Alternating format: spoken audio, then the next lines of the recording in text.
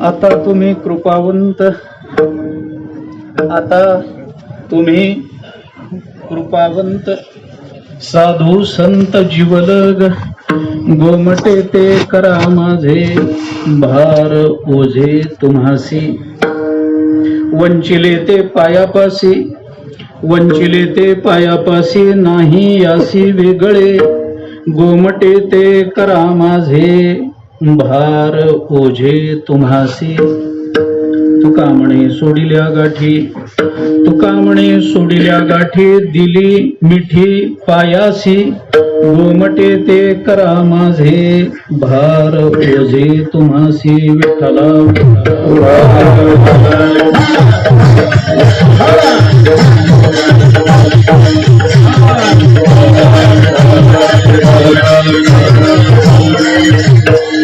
आता तुम्ही कृपावंत, साधू संत जीवलग, गोमटे ते करा माझे, भार ओझे तुम्हासी.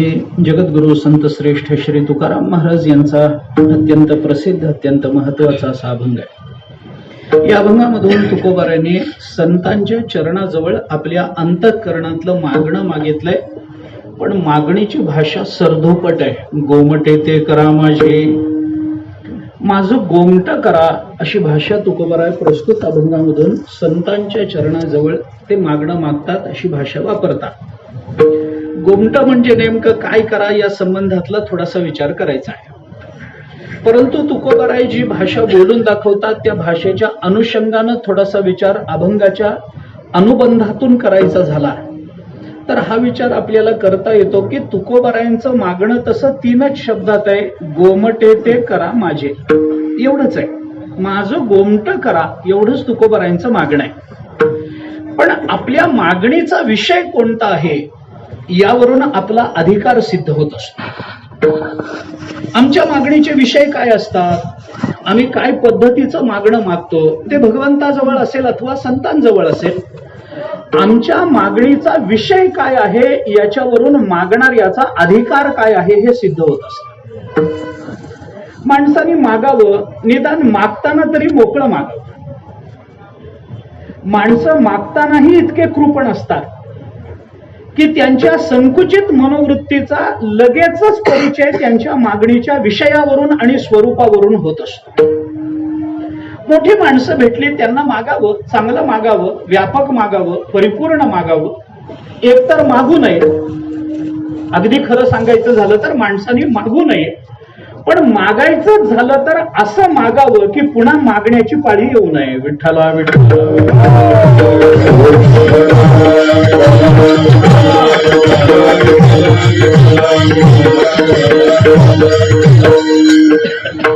आमच्या मागणीचे विषयच इतके परिच्छिन्न आहेत, आमच्या मागणीचे विषयच इतके सांसारिक आहेत, आमच्या मागणीचे विषयच इतके दुःखकारक आहेत की या मागणीला मागणी म्हणण्यामध्ये आमची जीवदशाच सिद्ध होते, आमची साधक दशा सुद्धा या मागणीच्या विषयातून आम्हाला सिद्ध करता येत नाही. म्हणून सुरुवातीला बोललो की मागणीचा विषय काय आहे याच्यावरून मागणाऱ्याचा अधिकार कळतो. सामान्यत्वानं जर आपण विचार केला तर आपल्या लक्षात येईल की मनुष्य हा प्रायः दुःखी, कारण तो जीव आहे आणि जीव असल्यामुळे त्याच्या वाट्याला दुःख येणार. ते दुःख कोणत्या स्वरूपाचं असेल, ते आध्यात्मिक आहे का अधिभौतिक आहे का अधिदैविक आहे याचे फारशी चिकित्सा करण्याचं आपल्याला कारण नाही आहे.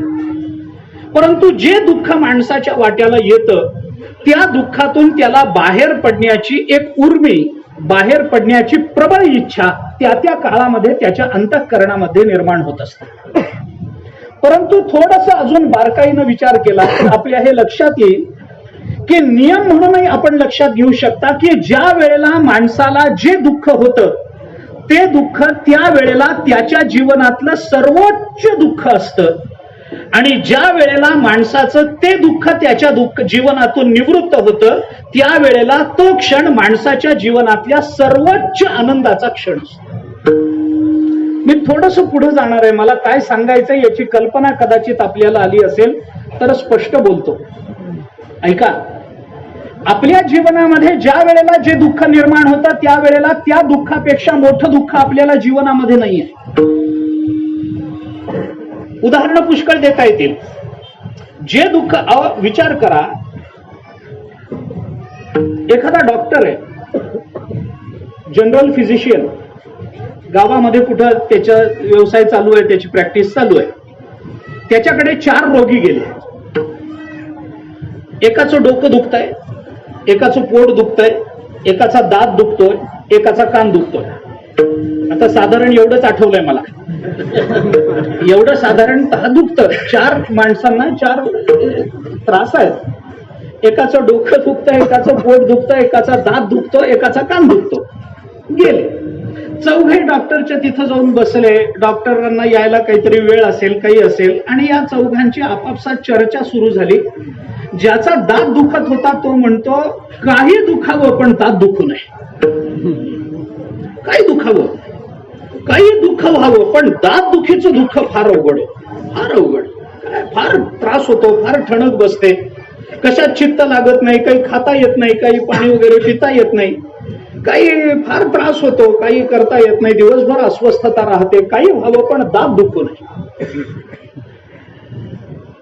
ज्याचं डोकं दुखत असताना तो म्हणतो, दात दुखलेला बरा. तो म्हणतो दात दुखलेला बरा, दुसऱ्यावर ठेवला की दुखतो. काय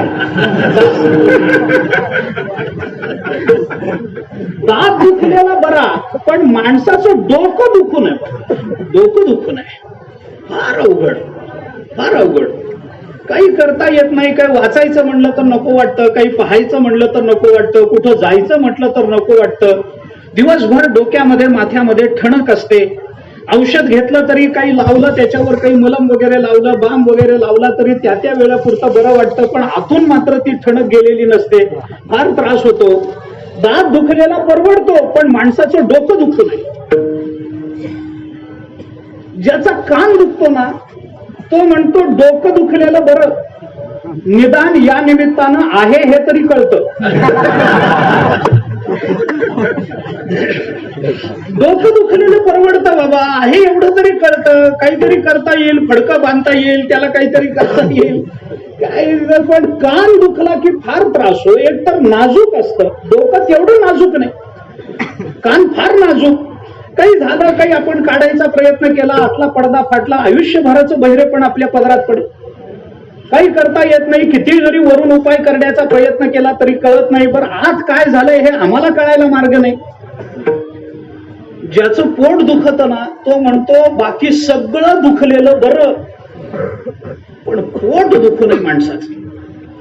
फार त्रास होतो. एकतर माणसाचा विश्वास बसत नाही पोट दुखण्यावर. कारण नाही, त्याचं कारण काय, सगळं बालपण या एका कारणानं शाळा बुडवण्यात गेलेलं असतं.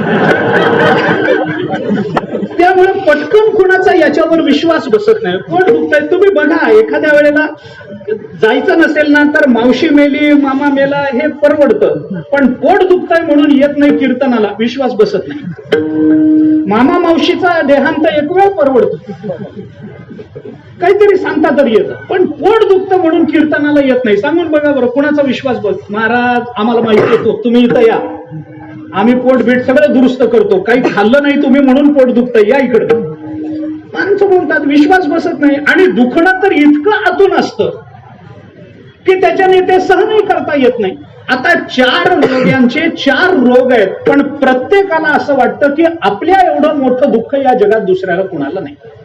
पण हे सगळं होत असताना ज्या वेळेला ते डॉक्टर येतात, काही औषध देतात आणि औषध दिल्यानंतर पोट दुखी जेव्हा थांबते तेव्हा त्याला असं विचारा की या जगतातलं सर्वोच्च सुख कोणतं आहे? कोणतं काय नाही, पोट दुखणं थांबलं पाहिजे, बस एवढं सर्वोच्च सुख. दात दुखणारा म्हणतो दात दुखी थांबली पाहिजे, डोकं दुखणारा वगैरे वगैरे वगैरे. आता ते सगळंच सांगत बसावं असं नाही, लावून घ्या आपण. हे सगळं त्या वेळेला निर्माण झालेलं जे दुःख माणूस भोगत असतो त्याच्या प्रतीतीला येत असतं, त्या वेळेला ते दुःख जगताच्या दृष्टीनं कितीही क्षुल्लक असलं तरी त्या वेळेला त्या दुःखी जीवाला ते दुःख जगतातलं सर्वोच्च दुःख वाटत असतं. आणि त्या वेळेला त्या दुःखाची निवृत्ती ही माणसाला आपल्या जीवनातला सर्वोच्च आनंद वाटत असते. म्हणून आम्ही जेव्हा संतांकडे किंवा परमात्म्याकडे मागणी करतो तेव्हा आमची मागणी ही नेहमी दुःख निवृत्तीची असते आणि दुःख निवृत्तीची मागणी आम्ही करतो म्हणूनच आमची जीवदशा संपत नसते. संतांकडे आणि परमात्म्याकडे दुःख निवृत्तीची अपेक्षा करू नये. माणसाने अपेक्षा करावी ती आनंदाबाबतीची करावी. दुःख काय आहे? अरे वेदांताच्या दृष्टीने दुःख तर दुःखाला तर आश्रयच नाही. आत्मा हा दुःखाचा आश्रय असू शकत नाही, देह हा दुःखाचा आश्रय असू शकत नाही. देह जड आहे म्हणून देह दुःखाचा आश्रय नाही, आत्मा आनंद रूप आहे म्हणून आत्मा दुःखाचा आश्रय नाही. आम्ही दुःखाला आश्रयच मानायला तयार नाही. दुःख आहे की नाही हा आमच्या समोर विकल्पच नाहीये. आमच्या समोर विकल्प आहे असलेला आनंद मिळतो की नाही हा विकल्प आहे. दुःख भोगावं की नाही हा विकल्प जीवासमोर कधीही नव्हता. आपण विचार करा वेदांताच्या दृष्टीने. ज्ञान सोडून अज्ञानाला अस्तित्व वेदांत मानत नाही. आनंदाला सुखाला सोडून दुःखाचं अस्तित्व वेदांत मानत नाही. विचार करा, शाश्वतता सोडून नश्वरत्वाला वेदांत स्थान देत नाही. वेदांत म्हणतो एक परब्रह्म जर असेल, आपण नेहमी अजातवादाचा सिद्धांत सांगतो, त्याच्यामध्ये कुठं काय आहे मला सांगा. काय? न निरोधो न उत्पत्ती न बद्धो न च साधक न मुमुक्षु न वै मुक्त इत्येषा परमार्थता. गौडपादाचार्यांनी आपल्याला कारिकेमध्ये मांडुक्य उपनिषदावरच्या अजातवादाचा सिद्धांत सांगितला. काय? न निरोधो न च उत्पत्ती. या जगतामध्ये काही हे जगत वगैरे काही उत्पन्नही होत नाही आणि त्याचा निरोधही होत नाही. न बद्धो, या जगतामध्ये कोणी बद्ध नाही. न साधक, या जगतामध्ये कोणी साधक नाही. न मुमुक्षु, या जगतामध्ये कोणी मुक्त नाही. न मुमुक्षु नाही. न वै मुक्त, या जगतामध्ये कोणी मुक्त नाही. अरे मग आहे काय या जगतामध्ये? एक परब्रह्म आहे, बस संपलं. याच्या पलीकडे दुसरं काही नाही. मग एकच परब्रह्म जर जगतामध्ये आहे तर त्याला स्वीकारावं का नाही हा विकल्प नाही आहे. आमच्या समोर दुर्दैवानं विकल्प आहे की ज्याचं अस्तित्व वेदांताने मानलेलं नाही त्याला आपण स्वीकारायचं की नाही हा विकल्प मनुष्य डोळ्यासमोर ठेवतो. आणि नसलेल्याचा विकल्प निर्माण झाला की नसलेल्याच्या विकल्पाची मागणी अंतःकरणामध्ये धारण करणं, याच्यातच माणसाची जीवदशा आपोआप सिद्ध होऊन जाते. विठ्ठला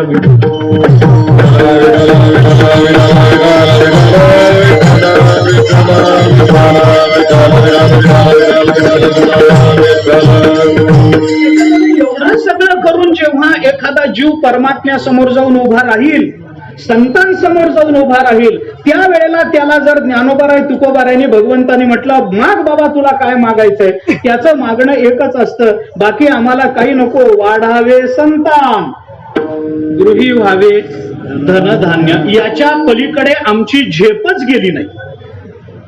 याच्या पलीकडे आमची झेपच गेली नाही. आम्हाला वाटतं हेच आमच्या जीवनामध्ये असावं, हेच आमच्या जीवनामध्ये मिळत राहावं. याच्या व्यतिरिक्त आमच्या जीवनाच्या धन्यतेचे दुसरे विषय असूच शकत नाही.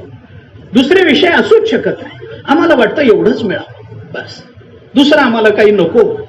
आमच्या घरी धनधान्य असावं, आमच्या घरी संपत्ती असावी, आमच्या घरी सत्ता यावी, आमच्या घरी संतती असावी, आमच्या घरी ऐश्वर यावं, आमच्या घरी आयुष्य यावं, आमचा देह पडू नये, वगैरे वगैरे वगैरे. याच्या पलीकडे माणसाची धाव जर जात नसेल तर याच्या पलीकडे जीव मागू शकत नाही. का मागू शकत नाही त्याचं तिथंच उत्तर आहे. एकच वाक्य सांगतो, जीव याच्या पलीकडे दुसरा मागू शकत नाही कारण तो जीव आहे म्हणून. विठ्ठला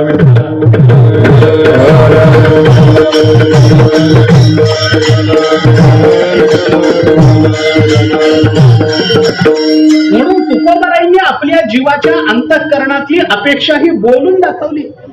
ल्यावे खावे बरे असावे बरे असा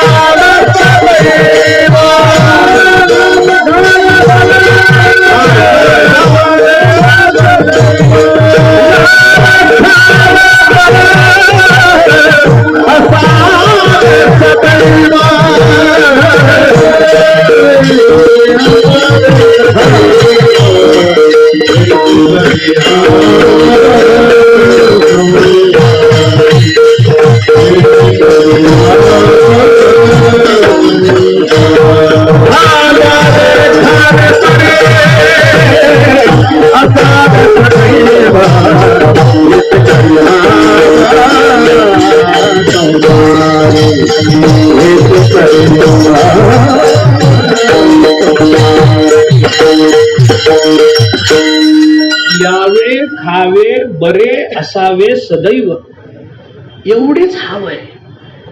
संसारी जीवांना याच्या पलीकडे दुसरी अपेक्षा नाही. चांगलं घालायला वस्त्र प्राप्त व्हावं, नेसायला, आणि पोटाला चांगलं मिळावं, बस संपलं. बर पोटाला, बरं ही हाव कोणाची आहे? तर ही हाव कोण करतं? तर संसारी. संसारिकांनाच ही हाव आहे. ल्यावे ही हाव संसारिकांची नाही आहे. खावे ही हाव संसारिकांची नाही आहे. कारण ल्यावे आणि खावे याची अपेक्षा जशी संसारात आहे तशी परमार्थातही. परमार्थात यावं लागत नाही का? लागतच की. संसारामध्ये आम्हाला जसं काही वस्त्र लागतं तसं परमार्थामध्ये वस्त्र लागत नाही का? का दिगंबर जैन व्हायचंय? लागतच की. लागत नाही असं नाही, लागतच. वस्त्र लागतं. कुणाला लागत नाही? आपल्याला सगळ्यांना लागतं. आता काय सांगू ते जाऊ द्या. वस्त्र असावं, चांगलं असावं, ते धुतलेलं असावं, स्वच्छ असावं, शक्य असेल तर इस्त्री केलेलं असावं, चांगलं स्वच्छ राहावं. कीर्तनाला उभा राहिलो, फेटा बेटा व्यवस्थित क्षमा मागून बोलतो आता, काय मला आवडत नाही, पण मोठी मंडळी सगळी समोर आहेत. फाटके कपडे घालून कीर्तनात जाणं हे वैराग्याचं लक्षण कधीच नव्हतं आणि कधीच नसणार आहे. स्वच्छ राहावं, चांगलं राहावं. मिळत नाही असं नाही हो. बोलू का, आपल्याला जेवढं मिळतं तेवढं कुणाला मिळतं आहे का नाही? कमी आहे का? देवानी कमी केलंय का? चांगलं असावं, स्वच्छ कपडे घालावे, चांगले स्वच्छ राहावं, चार लोक आपल्याला बघतात, आपलं कीर्तन ऐकतात, व्यवस्थित फेटा बांधावा, व्यवस्थित असावं. हा, अगदी धोत्राचा काठ आणि उपरण्याचा काठ एकच आतला पाहिजे, आतलं काय करू, स्वच्छ असावं, एवढी गोष्ट नाही, एवढी गोष्ट नाही. छान असावं, दिसावं छान, काही अडचण नाही ना. तसं खायलाही चांगलं खावं, काय वाईट काय त्याच्यामध्ये? लावे खावे कुणाला नकोय? परमार्थामध्ये खावं लागत नाही काय? खाल्ल्याशिवाय हरिपाठात नाचणं होतं काय? खाल्ल्याशिवाय कीर्तन होतं काय? नाहीच आहे तसं. खाल्ल्याशिवाय कीर्तन होत नाही. पण तुकोबारांनी तर म्हटलंय जे ते कीर्तन करावे. म्हणून मग माणसं हुशार आहेत, आधी खाऊन घेतात आणि मग कीर्तन करतात. तुकोबारांच्या अभंगाचे अर्थ लावायला आमच्यापेक्षा हुशार दुसरं कोणीच नाही. तुकोबारांना सुद्धा असं वाटलं नसेल की आपल्या अभंगाचा असा अर्थ हे विद्वान करतील. खावं, खाण्याबद्दल काही नाही, व्यवस्थित खावं, आहार आपला चांगला असावा, युक्त आहार विहार, अनेम इंद्रियासी सार, रसावी बासर निद्रा बहुभाषण, हे सगळं मान्य. यावे खावे याच्यात अडचण नाही. संसार याच्यात अडकत नाही. ल्यावे आणि खावे याच्यात संसार अडकत नाही. संसाराचा प्रारंभ हे सदैव बरे असावे, इथं संसाराचा प्रारंभ आहे. ल्यावे खावे याच्यात संसार नाहीये. द्यावं तर संसारातही लागतं, परमार्थातही लागतं. परमार्थात यावंही लागतं, खावंही लागतं. म्हणून खाणारा कपडे धारण, चांगले कपडे धारण करणारा पारमार्थिक नसतो असं नाही, तोही पारमार्थिक असू शकतो. पण संसाराचा प्रारंभ नेमका कुठे आहे? ल्यावे खावे मध्ये संसार नाही, ते सदैव बरे असावे. हा जो अट्टहास आहे ना, मी विनोद म्हणून सांगतो अनेक वेळेला, की एखाद्या माणसाच्या प्रारब्धामध्ये जर एखाद्या दिवशी जेवण नसेल आणि जर त्याला बशी भरून पोहेच त्या दिवशी त्याच्या प्रारब्धानं मिळणार असतील, तर दिवसभर त्यांनी किती कीर्तन करू देत, प्रारब्ध बदलत नाही, त्याला बशीभर पोहेच मिळणार. रात्री गेला आणि घरातल्या मायमाऊलीनं सांगितलं, महाराज सगळं अन्न संपलंय हो, एक बशीभर पोहे द्या बाबा, आता तेवढे द्या, 2-3 कीर्तनं झाली, भूक लागली, द्या बशीभर पोहे. तर पोहे तिने बशीभर पोहे आणून दिले आणि आपण खाल्ले, याच्यात संसार नाही. बशीभर पोहे हातात आल्या, थोडं लिंबू आहे का म्हणलं की मग संसार सुरू. संसाराचा प्रारंभ इथे मिळालेलं आपल्या प्रारब्धात आहे म्हणून सेवन करणं, याच्यात संसार नाही. अरे ते तर आमचं प्रारब्ध आहे, ते आमच्या परमार्थाने सोडून जाणार नाही. आमच्या संसाराचा प्रारंभ त्या लिंबात आहे, आमच्या संसाराचा प्रारंभ लोणच्याच्या फोडीत आहे. आमच्या आता हे काय कीर्तनात सांगायच्या गोष्टी आणि जोग महाराजांसमोर काय सांगू तुम्हाला. म्हणून सामान्य मनुष्य जेव्हा संतांसमोर उभा राहतो तेव्हा त्याच्या अपेक्षा सांसारिक मर्यादा ओलांडून जात नाहीत. पण तुकोबारायांनी मात्र संतांजवळ मागत असताना जे मागणं मागितलंय त्या मागणीच्या विषयावरून तुकोबारायांचा अधिकार कळतो. तुकोबाराय म्हणतात आम्हाला दुसरं तिसरं काही नको देवा, काही नको महाराज, आम्हाला काय पाहिजे, आम्हाला फक्त आमचं गोमटं करा, एवढंच आमचं म्हणणं आहे. बरं, हे गोमटं करा हा शब्द जो तुकोबारायांनी वापरला ना, या गोमटेपणामध्ये काय अपेक्षित आहे, काय अनुस्यूत आहे? गोमट ही संकल्पना नेमकी कशाच्या संबंधानं वापरायची? तुम्हाला सांसारिक गोमटे पण पाहिजे का, तुम्हाला पारमार्थिक गोमटे पण पाहिजे का, तुम्हाला आणखीन काय सांपत्तिक पाहिजे का, सत्ता? काय गोमट करा म्हणजे नेमकं काय करा? ही संदिग्धता अबाधित आहे. ही संदिग्धता तशीच राहते. माझं गोमट करा, पण गोमट करा म्हणणारे प्रापंचिकही असतात. म्हणून तुकोबारायांनी काय केलंय, या अभंगाची रचना करत असताना माझं गोमट करा एवढे 3च शब्द, गोमटे ते करा माझे, बस एवढंच तुकोबारायांनी मागितलंय. पण हे मागणं पारमार्थिक आहे हे कळावं याच्याकरता तुकोबारायांनी आपण दाखवलेल्या कर्तृत्वाच्या संबंधानं 2.5 चरण घातले. आणि एवढं कर्तृत्व सिद्ध झाल्यानंतर आपल्याला ते मागणं मिळावं याच्याकरता तुकाराम महाराजांनी 1 चरण खर्ची घातले. मी अभंगाची फक्त एक अभंगाचा अनुबंध फक्त आपल्या समोर ठेवतो. अभंग प्रसिद्ध आहे, आपण आपल्याला रोजचा अभंग आहे, रोजच्या आपल्या पाठातला अभंग आहे, परंतु रोजच सकाळी आपण म्हणतो. परंतु याचा अनुबंध काय, आकृतीबंध काय? चरणामध्ये असणाऱ्या अनुबंधाने अर्थसिद्धी करणं हा जसा अभंग सोडवण्याचा एक प्रकार असतो ना, तसा अभंगाचा आकृतीबंध मांडणं आणि आकृतीबंधातला प्राण बाजूला काढणं हाही कीर्तन करण्यामध्ये अभंग सोडवण्याचा एक प्रकार असतो. अभंगाचा आकृतीबंध काय आहे? 1 चरण वर्णनाचं आहे, 1 अर्ध चरण मागणीचं आहे आणि उरलेले 2.5 चरण ही आमची मागणी पारमार्थिक आहे हे कळावं याच्याकरता आमचं काय कर्तृत्व आम्ही सिद्ध केलं या संबंधामध्ये 2.5 चरण तुकोबारायांनी खर्च केले आहेत. विठ्ठला विठ्ठल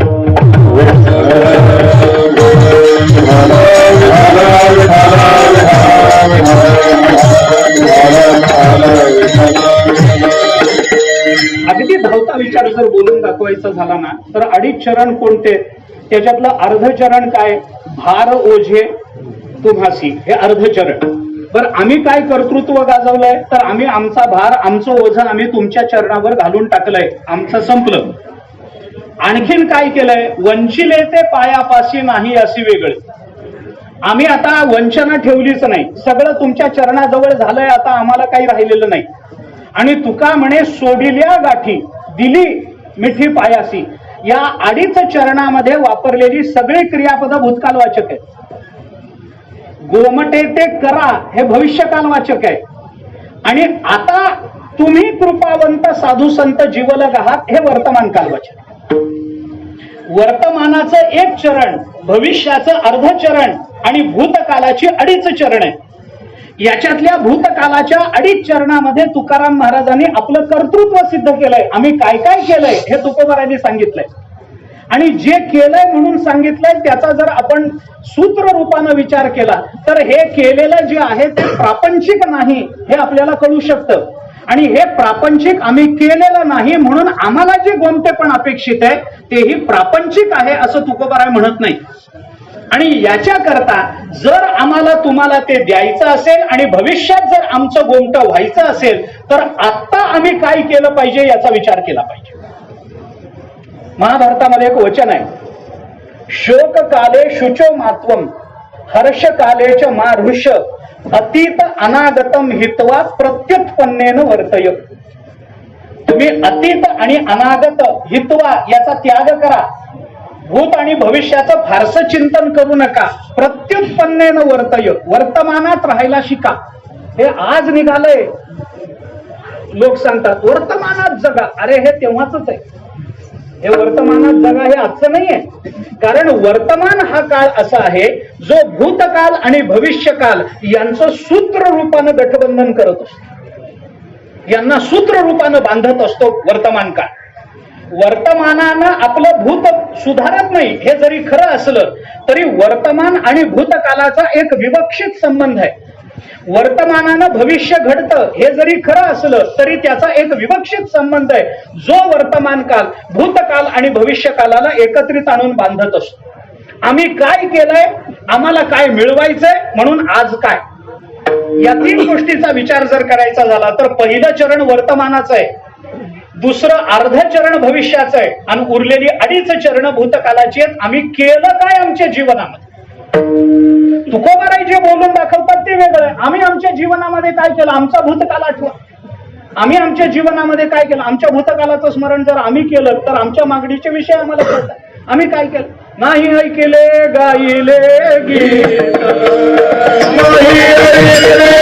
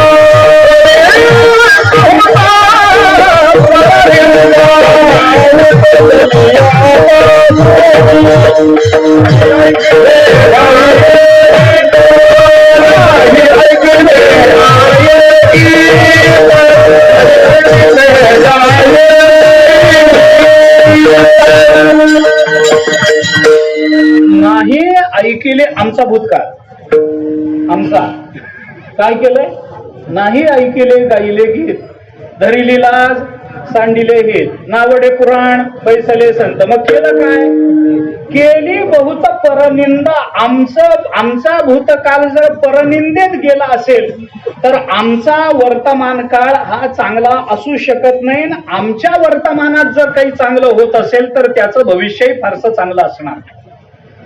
तुकोबारांनी ज्या 2.5 चरणामध्ये आपला कर्तृत्व संपन्न भूतकाळ बोलून दाखवलाय, त्याच्यामध्ये ज्या 3 गोष्टी तुकोबाराय बोलून दाखवतात, त्याच्यामध्ये तुकोबारांनी आपली वृत्ती, पारमार्थिक वृत्ती त्याच्यातून प्रदर्शित केली. काय केलं आम्ही, काय नाही. आम्ही तुमच्या चरणावर आमचा भार घातला, आमचं ओझं घातलं. भार ओझे तुम्हासी एक, हे आम्ही केलं. मी एक वाक्य फक्त सांगत जा. आम्ही तुमच्यावर आमचा भार, आमचं ओझं घातलं. आता भारण ओझ्यामध्ये काय फरक करायचा, आता आपल्याजवळ तो वेळ नाही, ते सांगण्यात तात्पर्य नाही, फार तपशिलात जाण्याचं कारणही नाही. भार आणि ओझं आम्ही तुमच्या चरणावर घातलंय. तुमच्या चरणावर भार ओझं घालणं, संतांच्या चरणावर, देवाच्या चरणावर भार ओझं घालणं, याच्याकरता एक समर्पण लागत असतं. कशाचा भार असतो, ओझं कशाचं आहे आपल्या जीवनामध्ये. अगदी संकोचानं बोलायचं झालं तर माणसाच्या जीवनामध्ये संसाराशिवाय दुसरं ओझं नाही. आणि संसाराचं ओझं असेल, संसाराचा भार असेल तर हा संसाराचा भार आणि हे ओझं आम्ही तुमच्या चरणावर घातलंय. हे आमचं कर्तृत्व आहे. कारण संसाराचा त्याग करण्याकरता एक समर्पित बुद्धी लागत असते. तुकोबारांनी म्हटलंय आमच्या पूर्व आयुष्यामध्ये आम्ही फक्त समर्पण केलंय. आणखीन काय केलंय, वंचिले ते पायापाशी नाही असे वेगळं. आम्ही इतके प्रामाणिक राहिलोय तुमच्याबद्दल आणि तुमच्याजवळ आमच्या प्रामाणिकपणाची इतक्या वेळेला आम्ही कबुली दिलेली आहे की आमच्या जीवनामध्ये जे जे घडलं, आमच्या जीवनामध्ये जे जे आम्ही मिळवलं, आमच्या जीवनामध्ये ज्या ज्या गोष्टींचा विचार आम्ही केला, त्या सगळ्याचं निवेदन आम्ही तुमच्या समोर देऊन टाकलंय. आता आम्हाला सांगण्यासारखं काही राहिलं नाही. हा प्रामाणिकपणा तुकोबारांनी आपल्याला एका चरणात सांगितलं. अर्ध्या चरणात समर्पण आहे, एका चरणात प्रामाणिकपणा आहे. आणि शेवटी तुकोबाराय बोलतात, तुका म्हणे सोडिल्या गाठी दिली मिठी पायास. आम्ही आमच्या जीवनातल्या गाठी सोडून टाकलेल्या आहेत आणि आता तुमच्या पायाला मिठी दिलेली आहे. हे गाठी सोडणं हे प्रकरण सोपं नाही. आपण याचा बारकाईने विचार करा. गाठ बांधणं त्या मानाने सोपं असतं. काही नाही, पत्रिका जमली की भागतं. फार काही गाठ बांधायला करावं लागत नाही, पण गाठ सोडायला फार त्रास. आपल्याकडे वेदांतात हाच विचार, ज्ञान मिळवणं आमच्याकडे अवघड नाहीये, अविद्येची निवृत्ती करण्याला फार परिश्रम. कारण आमच्याकडे ज्ञान संपादन करा, सत्कर्मानं अंतःकरण शुद्ध करून घ्या, उपासनेनं अमुक काही करा, तमुक करा, हे ज्ञान वगैरे ही जी साधनं आहेत ना, ही साधनं आम्हाला ज्ञान देत नाही. तो असं आहे. आपण ज्ञानेश्वरी वाचा ना थोडी. ज्ञानोबाऱ्यांनी केलेली चिंतनं बघा, तुकोबाऱ्यांनी केलेली चिंतनं बघा. ज्ञानानं काही आम्ही ब्रह्म होतो अशातला भागच नाही. ज्ञान आम्हाला ब्रह्म करूच शकत नाही, कारण जे मुळातच ब्रह्म आहे त्याला ब्रह्म होण्याची गरज काय? कोणतं ज्ञान जगाच्या पाठीवर असेल जे आम्हाला ब्रह्म करेल? सांगा. काही करत नाही. ज्ञान ब्रह्म करतं वगैरे वगैरे हे सगळ्या कल्पना आहेत आम्ही आमच्या वेदांताच्या ग्रहणाकरता मानलेले विकल्प आहेत, गृहीतक आहेत की ज्ञानानं आम्ही ब्रह्म होतो, ज्ञानाने आम्हाला मोक्ष मिळतो, मोक्ष देईल ज्ञान. ज्ञानोबाऱ्यांनी चिंतन केलं, मोक्ष देईल ज्ञान. ज्ञान मोक्ष देईल, ज्ञान मोक्ष देऊ शकेल? ज्ञान मोक्ष देत नाही. मोक्ष स्वतः सिद्ध आहे वेदांतामध्ये, आपल्याला मिळवायचं नाहीये. मग ज्ञान काय करतं? मिळालेला मोक्ष ज्या कारणाने आम्हाला कळत नाही ना, त्या सगळ्या प्रतिबंधाला ज्ञान दूर करतं. ज्ञान मोक्ष सिद्ध करत नाही. ज्ञान नव्यानं आम्हाला मुक्त बनवत नाही. आम्ही मुक्तच आहोत, पण ज्या अविद्येमुळे आम्ही स्वतःला मुक्त समजत नाही, त्या अविद्येला दूर करण्याचं काम ज्ञान करतं. ज्ञान आम्हाला मोक्ष देत नाही, ज्ञान आम्हाला ब्रह्म करत नाही, कारण आम्ही ब्रह्म आहोत.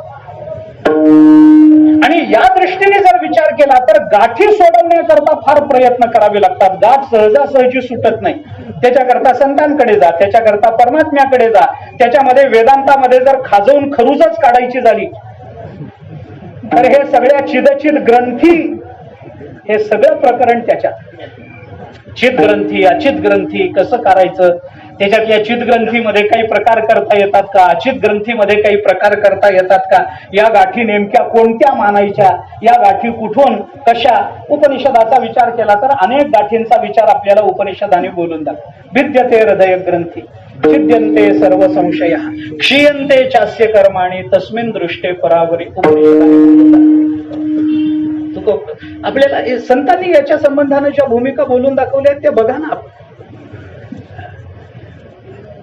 संदेहाची सुटली गाठी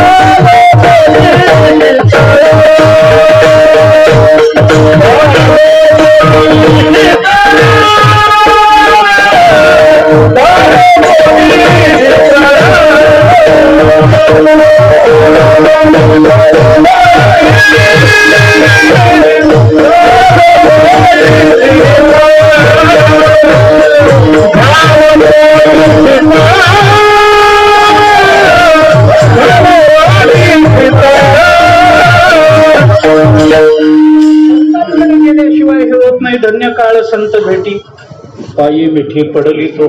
संदेहाची सुटली गाठी झालो पोटी शीतळ. संदेहाची, संदेहाच्या, काय जे काही पाठ असतील ते, पण सहसा संदेहाची माझ्या तरी वाचनात आहे. संदेहाची आहे नाही असं नाही, कारण काय आहे या गाठीमध्ये बरेच भेद आहेत. गाठी गाठी गाठी, संदेहाची एक गाठ नाही, संदेहाच्या अनेक गाठी आहे. आपण जर वेदांताचं चिंतन केलं तर संदेहाच्या किती गाठी. आपण थोडं बघा ना, वृत्ती प्रभाकरामध्ये विषय येऊन गेला, 6व्या प्रकाशामध्ये वृत्ती प्रभाकराच्या हा विषय येऊन गेला की संदेह किती प्रकारचे, प्रमाज्ञान, भ्रमज्ञान, भ्रमज्ञानाचे प्रकार करत असताना पुन्हा त्याचे 2 प्रकार वगैरे वगैरे, हे सगळे द्विकोटिक संशय, चतुष्कोटिक संशय प्रकारच आहेत. त्याच्यामध्ये पुन्हा फरकच करायचा झाला तर एक आत्मगत संशय, अनात्मगत संशय, त्याचे प्रकार केलेच आहे. भ्रमज्ञानाचे प्रकार बरेच आहेत. आता हे काय सांगत बसू आपल्याला. संशय रूप भ्रम वेगळा असतो, निश्चय रूप भ्रम वेगळा असतो, नाही का. संशय रूप भ्रम वेगळा, निश्चय रूप भ्रम वेगळा. निश्चय रूप भ्रमामध्ये, संशयामध्ये 2 प्रकार होतात. व्यावहारिक पदार्थावच्छिन्न चैतन्याचा विवर्त आणि प्रातिभासिक पदार्थावच्छिन्न चैतन्याचा विवर्त. त्याच्यामध्ये संशय रूप भ्रमाचे 2 प्रकार होतात. पुन्हा आत्मगत संशय आणि अनात्मगत संशय. त्याच्यातल्या आत्मगत संशयाचे पुन्हा 3 प्रकार होतात. वृत्ती प्रभाकरात मी चुकत नाही ना, मला सांगा. मला एकदम आता मी बघून आलो नाही हा विषय, त्यामुळे एकदम उपस्थित होईल न होईल मला माहित नाही. आत्मगत संशयाचे पुन्हा 3 प्रकार होतात. त्वम पद गोचर संशय, तत्पद गोचर संशय आणि तत्पदार्थ अभिन्नत्व गोचर संशय, असे 3 प्रकार होतात. मग हे त्वमपद गोचर संशय, तत्पद गोचर म्हणजे तत्वमसी महावाक्याच्या संबंधानं निर्माण झालेले संशय. त्वमपद गोचर, तत्पद गोचर आणि तत्पदार्थ अभिन्नत्व गोचर, असे जे 3 संशय आहेत. या 3 संशयाचा विचार केला तर संशयाची एक गाठ झाली का? या 3 झाल्या. 3 जर झाल्या असल्या तर संदेहाच्या सुटल्या गाठ. पण संदेहाची म्हटलं की एक अविद्येची गाठ मानली की सगळं होऊन जातं, बाकी काही मानायचं कारण राहत नाही. तरती शोकम तरती पापमानम गुहा ग्रंथीभ्यः विमुक्तो अमृतो भवति. उपनिषदांनी चिंतन करताना आपल्याला असं सांगितलं की तरती शोकम तरती पापमानम गुहा ग्रंथीभ्यः, हे गुहेमध्ये असणारी जी ग्रंथी आहे ना, या ग्रंथीलाच अविद्या ग्रंथी म्हणतात. विठ्ठला विठ्ठला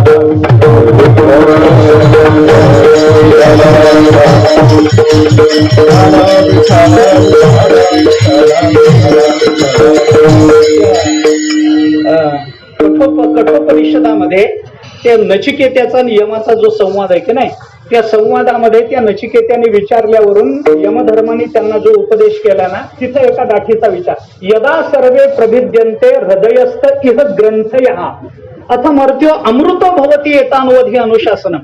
हे कठोपनिषदामध्ये त्यांनी सांगितलं, अरे ही आतली गाठ म्हण. यदा सर्वे प्रभिद्यन्ते हृदयस्थ इह ग्रंथया. मग ही ग्रंथी कोणती आहे? याच्यावर भाष्य करताना जगद्गुरु शंकराचार्यांनी ही ग्रंथी दुसरी कोणती नसून कामाची ग्रंथी म्हटली. एकदा काम संपला की मग आता विमुक्त अमृतो भवति, आता मर्त्यो अमृतो भवति, मर्त्य असणारा अमृत स्वरूपाला प्राप्त होतात. एतानुवध अनुशासन, याचाच विचार. हा सगळा कठोपनिषदाचा विचार बघितला तर तिथेही ग्रंथीचा विचार नाही. आपण अनेक वेळेला सांगतो, आता आहार शुद्ध, सत्वशुद्धी, सत्वशुद्ध ध्रुवा स्मृती, स्मृतिलंबे सर्व ग्रंथीनाम विप्रमोक्षा. सर्व ग्रंथीना, ज्या अर्थी तिथं सर्व असा शब्द वापरलाय ग्रंथीला, त्या अर्थी ती ग्रंथी एक नसेल, अनेक जर असतील तर संदेहाच्या म्हणायला हरकत नाही. सर्व, सगळ्या असा शब्द आपल्याला असं. कशाकरता मी हे सांगितलं माहितीये का? हे मला माहिती होतं म्हणून नाही, मी हे कशाकरता सांगितलं.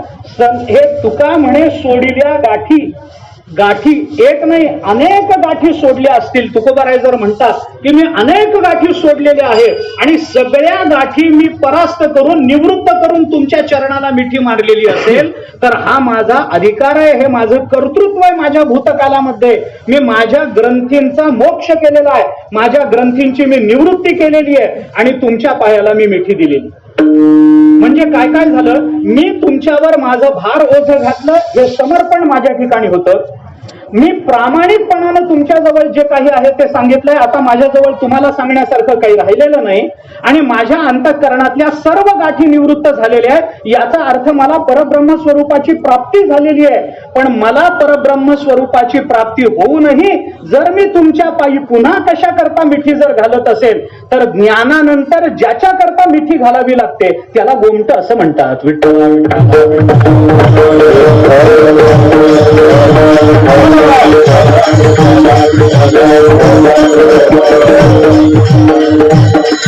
म्हणजे याच्यामध्ये काय झालं, एक ज्ञानाची भूमिका आली आणि दुसरी भूमिका आली की मी तुमच्या पायी मिठी घातलेली आहे, म्हणजे माझ्या जीवनाचा माझं जीवन मी आता तुमच्या चरणावर घालून टाकलेलं आहे. आता माझा भार घातला तसं मी सुद्धा पूर्ण समर्पित झालो. या चार गोष्टी तुकोबाराय जर बोलत असतील तर गंमत अशी असते, एक नियम जगाचा आपण बघा, एक नियम सामान्यत्वानं सांगून जातो की माणसाला ज्या पदार्थाची अपेक्षा ज्या व्यक्तीकडून असते त्या व्यक्तीला तो अपेक्षित असणाऱ्या विषयाच्या अनुषंगानं विशेषणाची योजना करत असतो. ऐका, मी काय सांगतो पुन्हा एकदा सांगतो ऐका. माणसाला एखाद्या व्यक्तीकडून काही मागायचंय तर आपल्या मागणीच्या विषयाला अनुसरून तो ज्याच्याकडून मिळवायचा आहे त्याला दिल्या जाणाऱ्या विशेषणांची योजना करत असतो. मी उदाहरण सांगतो तुम्हाला, हे फार लांबवायचंही काही कारण नाही, फार महत्वाचा अलौकिक असा सिद्धांत आहे, अशातलाही भाग नाही, सोपा विचार आपण करून बघा. गंमत काय, एखादा भिकारी आहे, तो मंदिराच्या दारामध्ये बसला. कुणीतरी एखादा श्रीमंत मनुष्य मंदिरामध्ये दर्शनाला गेला आणि दर्शन करून परत येताना काही दान आपल्याकडून घडावं म्हणून त्याने त्या भिकाऱ्याच्या ताटलीमध्ये हातामध्ये एक 100 रुपयाची नोट ठेवली. भिकाऱ्याला 100 रुपये खूप मिळाले त्या दिवशी. 10-5 रुपये मिळवणारा भिकारी एकदम 100 रुपये पदरात पडले, हातात पडले. त्याने वर बघितलं, काय माणूस आहे, एकदम 100 रुपये देतो, एकदम खिशात हात घातला आणि 100 रुपये. बरं, दुसऱ्या कुणाला नाही, भिकाऱ्याला, माझ्यासारख्या भिकाऱ्याला एकदम 100 रुपये दिले. मग तो म्हणतो, हो हो हो हो, आपण तर कर्णाचे अवतार आहात. तो त्याला कर्णच म्हणणार. कारण का, ज्याच्याकडून मिळवायचं आहे त्याला अपेक्षित विषयाला अनुसरून विशेषण योजावं लागत असतं. एखादा मनुष्य रोग झाला म्हणून वैद्याकडे डॉक्टरकडे गेला. डॉक्टरने त्याला औषध दिलं. एकाच औषधामध्ये एकाच पुडीमध्ये त्याचा रोग गेला, त्याला आराम पडला, त्याला एकदम चांगलं वाटलं, स्फूर्ती आली, सगळं आनंददायी ठरलं, एकदम छान वाटलं. आणि मग तो डॉक्टरकडे गेला आणि डॉक्टरला असं म्हणतो का, डॉक्टर तुम्ही कर्णाचे अवतार आहात. असं म्हणेल का, तुम्ही मला औषध दिलं असं म्हणणार नाही. तो म्हणतो, डॉक्टर आपण तर धन्वंतरीचे अवतार आहात म्हणेल की नाही. म्हणजे औषधाची अपेक्षा असेल तर विशेषण धन्वंतरी आहे, संपत्तीची अपेक्षा असेल तर विशेषण कर्ण आहे, तारखेची अपेक्षा असेल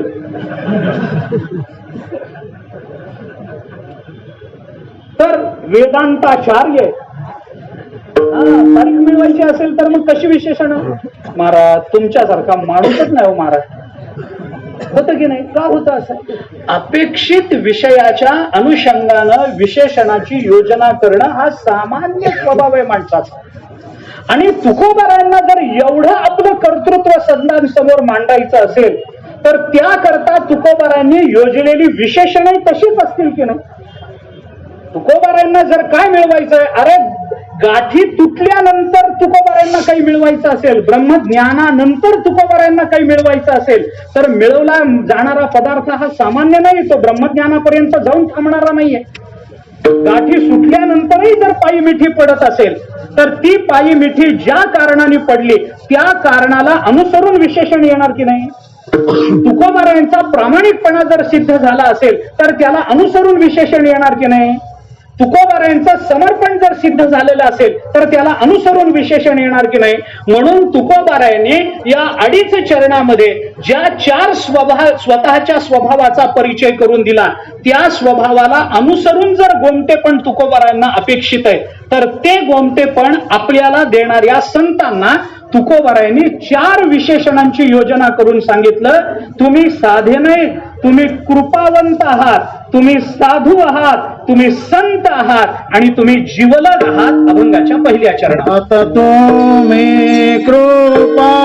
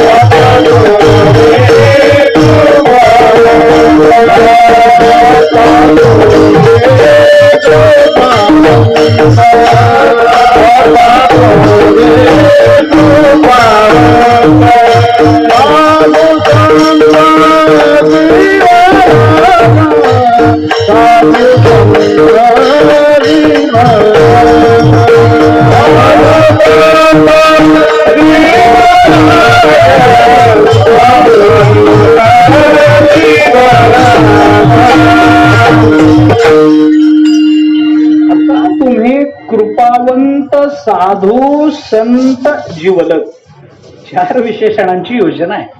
आता ते सगळंच जशाला तसं लावून देणं माझं काम नाही. मला फक्त आकृतीबंध मांडायचा आहे. तुम्ही घरी जाऊन लावा की. कृपावंत कशासाठी असेल, साधू कशा करता असेल, संत कशा करता असेल, मुद्दा एवढाच आहे की ही 4ही विशेषणं ज्यांना शोभतात ते आपले सद्गुरू जोडतात. ते कृपावंत आहेत, ते साधू आहेत, ते संत आहेत, ते जीवलग आहेत. कारण या सगळ्या गोष्टीची अपेक्षा आपल्याला त्यांच्याकडून आहे. पुढे त्या संबंधाने बोलू आपण शेवटी परत. तुकोबाराय म्हणतात तुम्ही कृपावंत आहात, साधू आहात, संत आहात, जीवलग आहात. म्हणून आता तुम्ही हे आहातच, पण आता नाही आहात, हे पूर्वीपासून तुम्ही आहात. मग तुम्ही हे पूर्वीपासून असल्यामुळे आता गोमटे ते करा. आता शब्द तिकडं नाहीये, आता शब्द गोमटेपणाकडे लावायचा. आता आमचं गोमट करा. तुम्ही कृपावंत पहिल्यापासूनच आहात, तुम्ही साधू पहिल्यापासूनच आहात, तुम्ही संत पहिल्यापासूनच आहात, तुम्ही जीवलग पहिल्यापासूनच आहात. पण आम्हाला कळत नव्हतं. आता आमच्या कर्तृत्वानं आम्हाला हे कळालंय की तुम्ही हे सगळं आहात. मग आता काय? आता काही नाही. आता गोमटे ते करा माझे. आता माझं गोमट करा. का करा? कारण मी एवढं कर्तृत्व सिद्ध केलंय. 1. कारण मी या कर्तृत्वानं तुम्हाला विशेषणं दिलेली आहेत. 2. आणि म्हणून तुम्ही आता आमचं गोमट केलं पाहिजे. कारण एवढं कर्तृत्व गाजवल्याशिवाय गोमटेपणाचा अर्थ कळतही नाही आणि गोमटेपणाची अपेक्षाही करता येत नाही. याच्याकरता आम्हाला प्रामाणिकपणा पाहिजे, याच्याकरता आम्हाला समर्पण पाहिजे, याच्याकरता आम्हाला अनन्यता पाहिजे, याच्याकरता आम्हाला ज्ञान पाहिजे. ज्ञान, अनन्यता, समर्पण, प्रामाणिकता या 4 गोष्टी जर आमच्या जीवनामध्ये आल्या, आमच्या कर्तृत्वानं जर आम्ही हे मिळवू शकलो, तरच आम्हाला देवाजवळ गोमट करा, संतांजवळ गोमट करा असं मागणं मागता येतं. पण एक शंका फक्त सांगतो, उत्तर द्यायला वेळ नाही. फक्त शंका सांगून जातो. जर प्रामाणिकता, ज्ञान, समर्पण आणि अनन्यता हे जर आपल्या जीवनामध्ये आपल्याला मिळालेलंच असेल तर ह्याच्यापेक्षा गोमट काय वेगळं असणार? ह्याच्यापेक्षा गोमट काय? अनन्यता हे गोमटे पण नाही का? प्रामाणिकता, सत्यप्रतिज्ञता हे गोमटे पण नाही का? समर्पण गोमटे पण नाही का? ज्ञान गोमट नाहीये का? ते ज्ञान पैगा बरवे म्हणणं काय, गोमट म्हणणं काय, आता मला शब्दशः आपल्याला संदर्भ देता येणार नाही.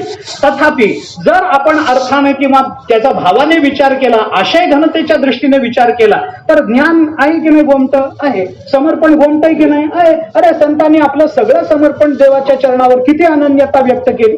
आम्हाला दुसरं तिसरं काही नको, जरी हे आकाशवर पडो पाहे ब्रह्मगोळ भंग, अजून काय अनन्यता पाहिजे? किती अनन्यता असावी? सर्व संगे विटाला तू एकला आवडसी, आम्हाला दुसरं काही लागत नाही देवा. अनन्यता सिद्ध करून दिली, समर्पण सिद्ध करून दिलं. अजून काय किती घालायचं देवाच्या चरणावर. तुका म्हणे घालू तयावरी हार, वाहू हा संसार देवापायी. समर्पण आहे की नाही आहे. मग हे सगळं जर तुम्ही केलेलं आहे तर या व्यतिरिक्त गोमट काय.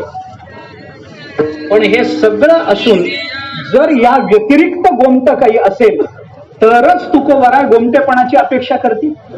आणि ज्या अर्थी तुकोबाराय एवढं सगळं कर्तृत्व सिद्ध करून गोमटेपणाची अपेक्षा करतात, त्या अर्थी गोमट म्हणजे काय याचा थोडासा विचार केला पाहिजे. तुकोबारांच्या दृष्टीनं गोमट करा म्हणजे नेमकं काय करा या संदर्भातला थोडासा विचार मला बोलून जायचा आहे. थोडासा विचार सांगतो.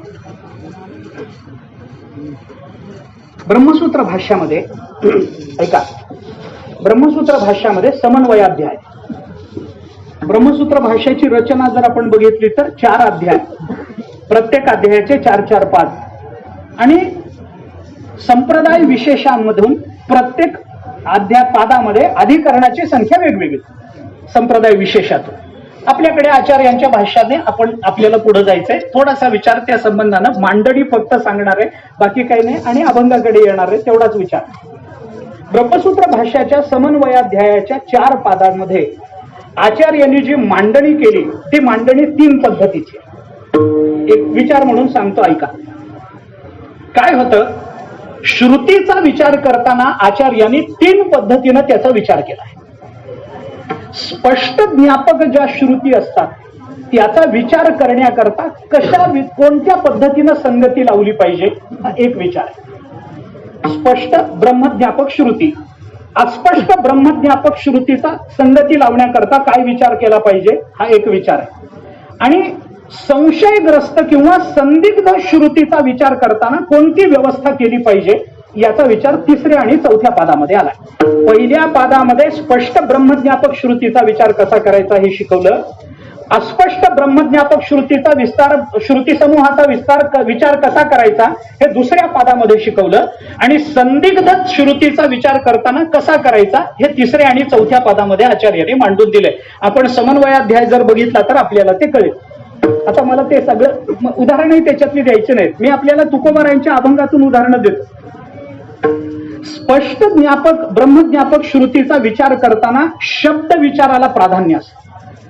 ऐका, एकेका वाक्यात सांगतो. स्पष्ट ब्रह्मज्ञापक श्रुती समूहाचा विचार करत असताना शब्दाला प्राधान्य द्यावं लागतं. अस्पष्ट ब्रह्मज्ञापक श्रुती समूहाचा विचार करत असताना शब्दाबरोबर प्रकरण बघावं लागतं. आणि संदिग्ध आणि संशयग्रस्त श्रुती समूहाचा विचार करत असताना शब्द, प्रकरण आणि मागचे पुढचे संदर्भ बघून अर्थ करावा लागतो. तर त्याचा समन्वय आपल्याला साधता येतो. हे ब्रह्मसूत्र भाष्यामध्ये आचार्यांनी दाखवून दिलं आहे. विठ्ठला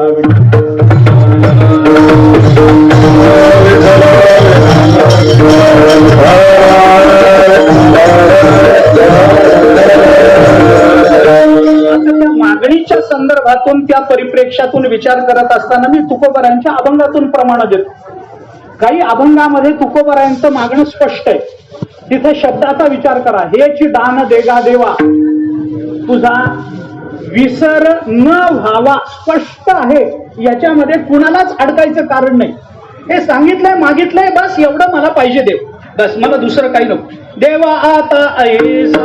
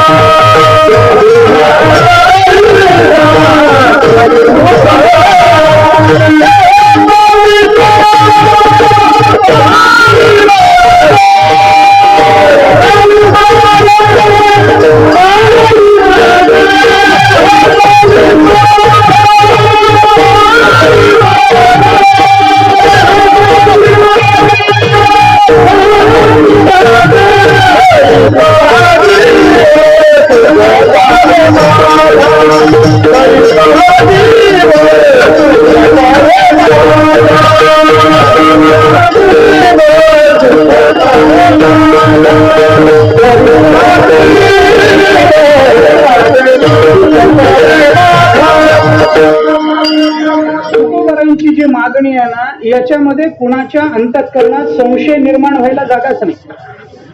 देह पाडायचा का देहाचा विसर पाडायचा, शब्द स्पष्ट आहेत ना. देह पाडी माझा म्हटलं नाही, देह पाडी माझा म्हटलं असतं तर संशय निर्माण झाला असता. तुकोबाराय असं कसं म्हणता, असं कसं म्हणता? अरे एकीकडे आपला देह टिकला पाहिजे, आपला जीव राखला पाहिजे, याच्याकरता शास्त्र आपल्याला विचार सांगतं. जगच प्रहेयास्पद एक सार्वभौमपद न मरणी निर्विवाद जगा पडिये, हे ज्ञानोबाराय बोलतात. आणि दुसरीकडे देहपाड असं असतं तर गोष्ट वेगळी. पण तुकोबारायांनी स्पष्ट सांगितलंय, माझा देह पाडू नकोस, देहाचा विसर माझा गेला पाहिजे, देहाचा विसर पडला पाहिजे. बाकी मला दुसरं काही मागायचं नाही. स्पष्ट श्रुती आहे, स्पष्ट बोलणं आहे तुकोबारायांचं, याच्यामध्ये संदिग्धता काही. काही ठिकाणी तुकोबारायांचं बोलणं अस्पष्ट आहे. हे काय, थोडी दोलायमानता शिल्लक राहते. आता तुझं कळेल ते करी, तारी से तरी तारी मारी, जवळी अथवा दुरी धोरी, घाली संसारी अथवा नको, काही करा. तुम्हाला जे पाहिजे ते करा देवा, आम्ही काही तक्रारच करणार नाही. तुला करायचं ते कर, कळेल ते कर, तुला जे कळेल. आता देवाला कळणं हे अवघड.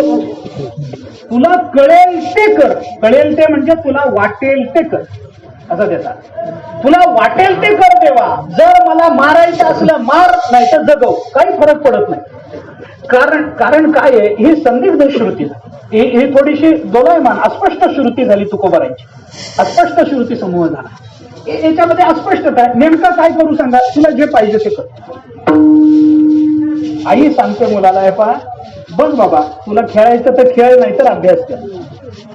पोराला कळलं पाहिजे की नाही, देवाला कळलं पाहिजे की नाही, तुकोबारांना काय म्हणायचंय ते कळलं पाहिजे ना. ते रहीमजींचा एक श्लोक आहे. रहीमजी म्हणून एक मोठे संत होऊन गेले, मुसलमान संप्रदायामध्ये जन्माला, पण भगवान श्रीकृष्णाचे अनन्य उपासक. त्यांचा एक श्लोक आहे.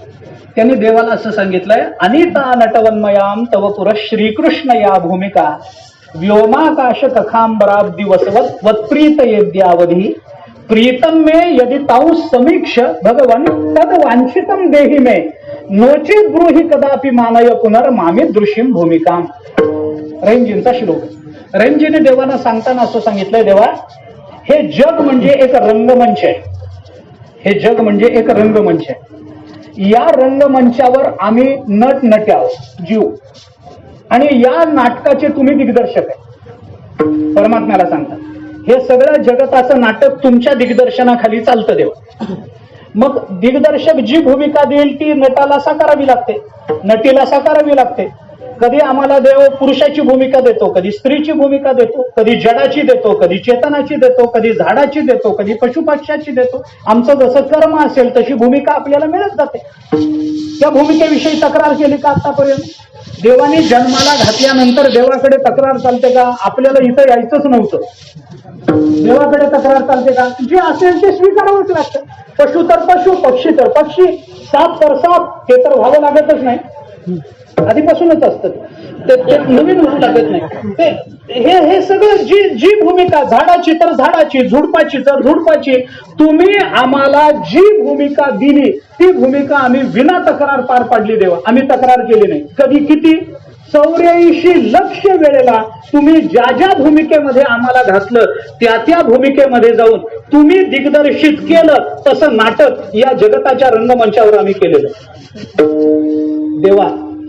आता आमचं म्हणणं ऐका. रहीमजी सांगतात देवा, जर आम्ही केलेलं नाटक तुम्हाला आवडलं असेल तर आम्ही म्हणू ते आम्हाला द्या, आणि जर आमचं नाटक तुम्हाला, आमचा अभिनयच तुम्हाला आवडला नसेल तर ह्याच्या पुढे नाटक करायला इथं पाठवत जाऊ नका. आवडलं असेल तर आम्ही म्हणतो तर आम्हाला द्या, आणि आवडलं नसेल तर ह्याच्या पुढे नाटक करायला इथं पाठवू नका. नाटक करायला इथं पाठवू नका म्हणजे आम्हाला जन्म मरणाच्या फेऱ्यात टाकू नका.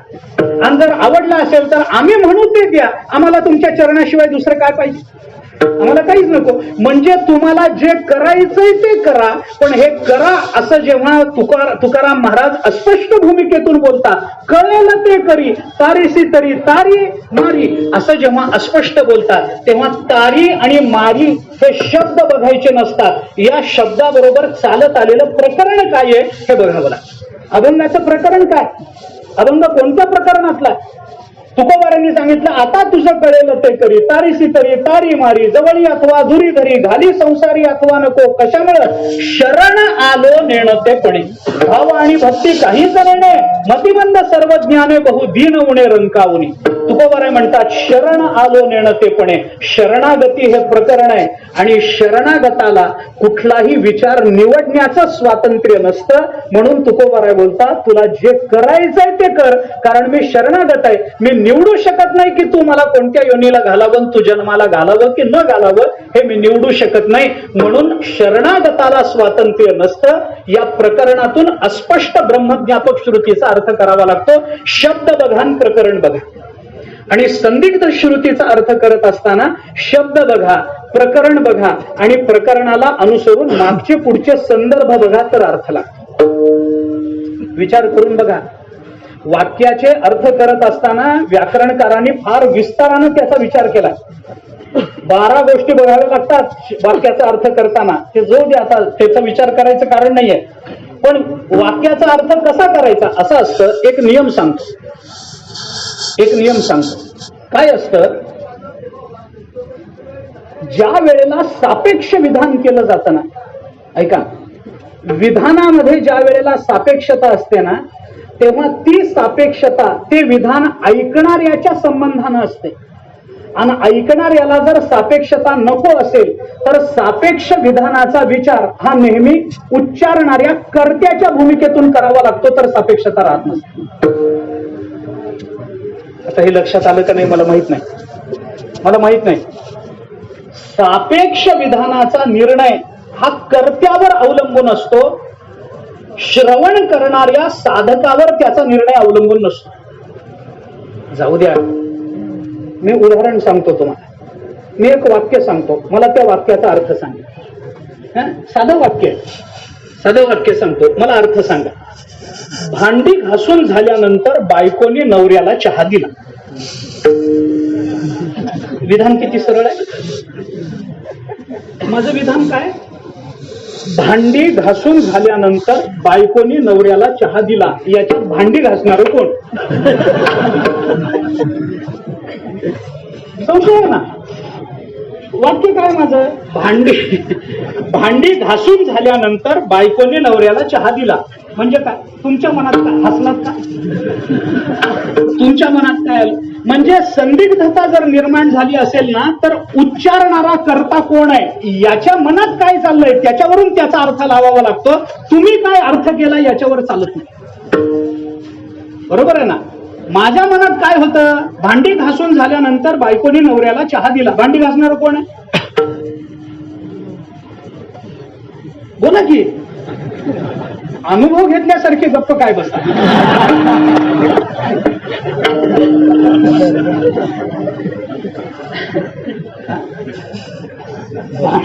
भांडी घासून झाल्यानंतर बायकोनी नवऱ्याला चहा दिला. भांडी घासणार कोण? माझ्या मनात काय होतं, नवरा बाहेरून आला, त्यांनी सांगितलं बायकोला, अगं चहा करून दे. त्यावेळेला बायको भांडी घासत होती. मग भांडी घासून झाल्यानंतर तिने नवऱ्याला चहा करून दिला.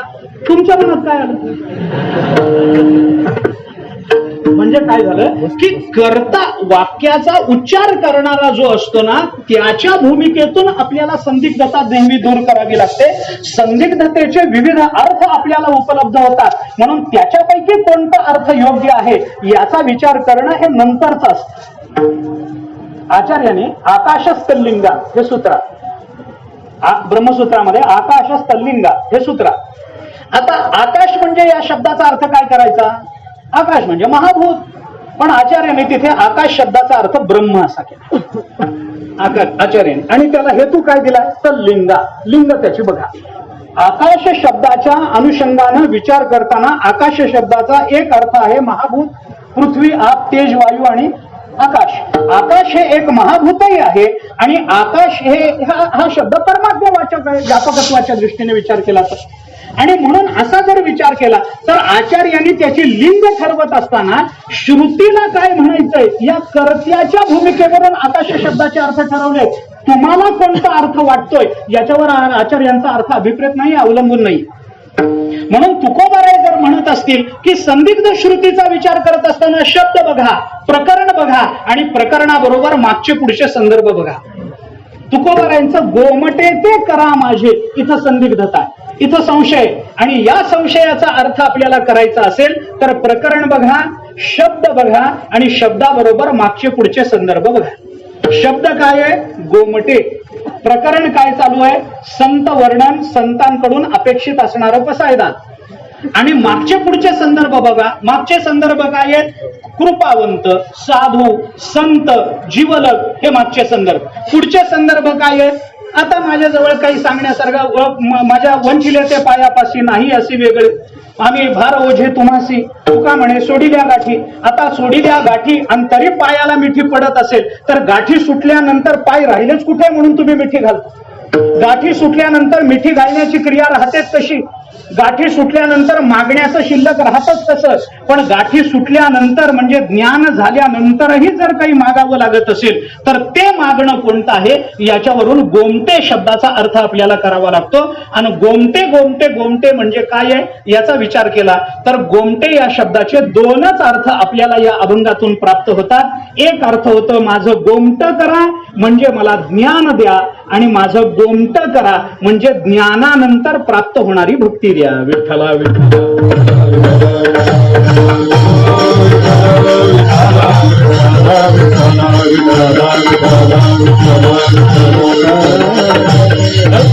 याचा विचार आपण करा. मला आता ते सगळं लावून द्यायला वेळ नाही. कशी संगती लावायची, भक्तीपर संगती कशी, ज्ञानपर संगती कशी, संतांकडे काय मागायचं असतं नेमकं? ज्ञान आणि भक्तीशिवाय इतर काही मागू नये, इतर काही मागू नये. ज्ञान, भक्ती, वैराग्य याशिवाय इतर गोष्टी करू नयेत हे नाथ महाराजांनी आपल्याला कीर्तनाच्या मर्यादेमध्ये शिकवून ठेवलेलं आहे. भक्ती ज्ञानाविरहित इतर गोष्टी न कराव्या, प्रेमभारे वैराग्याच्या युक्ती विवराव्या हे नाथ महाराजांनी आपल्याला सांगितलंय. आपण पाळत नाही हा भाग वेगळा असला तरी सांगून ठेवलंय, हे करायचं. आपल्याला काय मागायचंय? ज्ञान मागायचं. आपल्याला काय मागायचं? वैराग्य मागायचं. आपल्याला काय मागायचं? भक्ती मागायची. याच्या पलीकडे संतांकडे दुसरं काही मागू नये. आणि याला तुकोबाराय गोमट असं म्हणतात. गोमटे ते करा माझे, भार ओझे तुम्हासी. आता माझं गोमट करा असं तुकोबाराय म्हणतात. पण गोमट म्हणजे काय याचा शास्त्र दृष्टीने आपल्याला विचार करता येतो. अभंगाच्या संदर्भावरून आपल्याला गोमटेपणाची व्याख्या करता येते. पण अभंगाचा सरसकट भाव जर आपण बघितला तर याला गोमट म्हणतात असं तुकोबारायांनी नेमकं कुठं सांगितलं नाही. मी याला गोमट म्हणतो असा अर्थ किंवा अशी व्याख्या तुकोबारायांनी केली नाही. तुकोबारायांनी आपल्याला आधी सांगितलं विशेषणावरून बघा. कृपावंत, साधू, संत, जीवलग. संत कृपावंत आहे. आता तुम्ही दयावंत असं म्हटलं असतं तर फार बिघडलं नसतं. पण तुकोबारायांनी कृपावंत असाच शब्द वापरला, दयावंत असा शब्द वापरला नाही. संतांनी दया केली तर काय बिघडतं? पण ते दोन वेगळे शब्द होतात. कृपा वेगळी आहे, दया वेगळी. प्रतिकूलाच्या निवृत्तीला दया म्हणतात, अनुकूलाच्या प्राप्तीला कृपा म्हणतात. असा त्याच्यात फरक करतायत. आमच्या जीवनातल्या दुःखाच्या निवृत्तीला जेव्हा निवृत्ती होते, संतांच्या काय कृपेनं जेव्हा आमच्या जीवनातल्या दुःखाची निवृत्ती होते तेव्हा संतांनी दाखवलेली दया असते. आणि संतांच्या कृपेनं ज्या वेळेला आमच्या जीवनामध्ये आनंदाची प्राप्ती होते त्यावेळेला संतांनी केलेली ती कृपा असते. रेड्याचं रेडेपण बाधित न करता ज्ञानोबारायांनी रेड्याला आनंदापर्यंत नेऊन पोहोचवलं. म्हणून होता कृपा तुमची. पशु बोले वेद, निर्जीव चाले भिंत महिमा, होता दया तुमची म्हटलं असतं निळोबारांनी तर फारसं बिघडलं नसतं. कशामध्ये? त्या वृत्तामध्ये फारसं अंतर पडलं नसतं, बिघडलं नसतं. पण तुकोबारांनी सांगितलं होता कृपा तुमची, होता कृपा तुमची. हा फरक पडतो. म्हणजे भगवंत, आता थोडक्या शब्दात भागवताच्या चरित्र दृष्टीने जर सांगायचं झालं तर भगवंतानी अंबरीशावर केली ती कृपा आणि दुर्वासांना दाखवली ती दया, असा अर्थ करा. दुर्वासाच्या मागे सुदर्शन लागलं ना, मग सुदर्शनाचा त्रास निवृत्त केला, ही दया दाखवली. आणि अंबरीशाला मात्र आनंद दिला, म्हणून ती कृपा झाली. आता तुम्ही कृपावंत असा शब्द ज्या वेळेला वापरला जातो त्यावेळेला इथला कृपा शब्द अनुकूलाच्या प्राप्तीकरता जर वापरायचा असेल तर आमच्या जीवनामध्ये अनुकूलाची प्राप्ती आपल्या कृपेनं होत असेल तर त्याला आम्ही गोमट म्हणतो. आपण साधू आहात, आपण संत आहात. आता या सगळ्या शब्दाचा विस्तार करायचं कारण नाही. असं भूमी धातू आहे, शत्रू प्रत्यय लागून सिद्ध साधू संत शब्द सिद्ध होतात. सद्भावे साधू भावेच सत इति एतत् प्रयुज्यते, 17व्या अध्याय भगवद्गीतेमध्ये. सद्भाव आणि साधू भाव असे दोन आहेत. हे काय आहे, ह्याच्यात फार अंतर आपल्याला बघायचं नाही. नाथ महाराजांनी एकाच चरणामध्ये या दोन्हीचाही निकालच लावून टाकला. नाथ महाराजांनी केलंय प्रकट. साधू कशाला म्हणायचं आणि संत कशाला म्हणायचं याचं नाथ महाराजांनी केलेलं विवरण फार गोड आहे. संतांच्या विभूती धर्मा लागी अवतरती, धर्म रक्षणा कारणे साधू होता ती अवतीर्ण. काय आहे, धर्मा लागी येतात ते संत आणि धर्म रक्षणा करता येतात ते साधू. असं आहे. काय आहे, संतत्वामध्ये फक्त सत्तेचा विचार आहे आणि साधुत्वामध्ये सत्तेबरोबर सामर्थ्याचा विचार. साधू हा नुसता साधू नाहीये, साधूकडे सामर्थ्य आहे, संतांकडे सत्ता आहे. संत शब्द सत्तावाचक चालेल तर साधू शब्द सामर्थ्यवाचक चालेल, असा अर्थ. म्हणजे काही जणांकडे सत्ता आहे आणि काही जणांकडे सामर्थ्य आहे. या दोन्ही गोष्टी एका वेळेला एक समयावच्छेदानं एका केंद्रात येतीलच असं सांगता येत नाही. व्यवहारात तर येतच नाही. जिथं सत्ता आहे तिथं सामर्थ्य असेलच असं सांगता येत नाही, आणि जिथं सामर्थ्य आहे तिथं सत्ता येईलच असं सांगता येत नाही. आता याची उदाहरणं देत बसत नाही मी. आमच्याकडे सत्ता असेल, आमच्याकडे सामर्थ्य असेलच असं नाही. महिनाभर नोकरी करून महिन्याचा पगार आणणं, ते पैसे कुणाचे? आपल्या कष्टाचे. त्या पैशावर आपली सत्ता आहे, बरोबर आहे की नाही? ते पैसा आपला आहे, सत्ता आपली आहे त्याच्यावर. आपण महिनाभर नोकरी केलेली, पण केलेला पगार ज्या वेळेला घरी आणून दिला जातो त्यावेळेला तो कसा खर्च करायचा याचं सामर्थ्य आपल्याकडे का? असं आहे. म्हणजे पैसा मिळवण्याचं सामर्थ्य असेल आपल्याकडे, पण तो पैसा कसा खर्च करायचा याची सत्ता आपल्याकडे नाही. सत्ता तिकडे. मी खरं सांगू का, सत्ता हा शब्दच मुळात स्त्रीलिंगी चालतो. त्याच्यामुळे तुम्ही विचारच करू नका, त्याच्यामुळे विचारच करू नका. सत्ता म्हटलं की स्त्रीलिंगी आली, बस सत्ता. त्यामुळे सत्ता आणि सामर्थ्य एकत्र येणं अवघड असतं. संतांच्या ठिकाणी सत्ता आहे, संतांच्या ठिकाणी सामर्थ्य आहे. आता तुम्ही कृपावंत साधू, तुम्ही साधू आहात म्हणजे आम्हाला सामर्थ्य, तुमचं या संसाराच्या निराकरणाचं सामर्थ्य आम्हाला प्राप्त होणं याला आम्ही गोमट समजतो. या संसाराच्या अधिकरणातली सत्ता आम्हाला प्राप्त होणं याला आम्ही गोमट समजतो. आता हे सगळं सांगत बसण्यात अर्थ नाही. साधू वेगळा असतो, संत वेगळा असतो. आता हे काय आहे, थोडस स्पष्ट बोलू. एका वाक्यात आपल्याला संपवायचंच आहे, जाता जाता बोलू. आपण जोग महाराजांचा फोटो नेहमी पहा. जोग महाराजांच्या डोक्यावर जो फेटा आहे ना ते संतत्वाचं प्रतीक आहे, आणि जोग महाराजांच्या हातातली जी काठी आहे ना ते साधुत्वाचं प्रतीक आहे. विठ्ठला